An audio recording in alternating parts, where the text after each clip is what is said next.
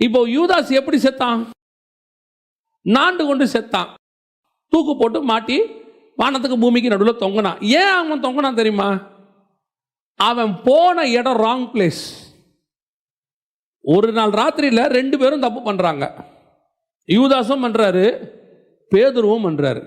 யூதாஸ் காட்டி கொடுத்தாரு, பேதுரு மறுதலிச்சாரு, சபிச்சாரு, சத்தியம் பண்ணாரு, எல்லாம் செஞ்சாரு.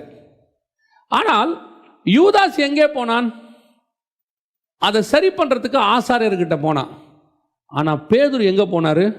சரி பண்றதுக்கு இயேசு கிட்ட போனாரு. ஆமா, நான் மறுதலிச்சிட்டேன், நான் சத்தியம் பண்ணிட்டேன், நான் திட்டிட்டேன், சபிச்சிட்டேன், தேவனையே சபிச்சிட்டேன்.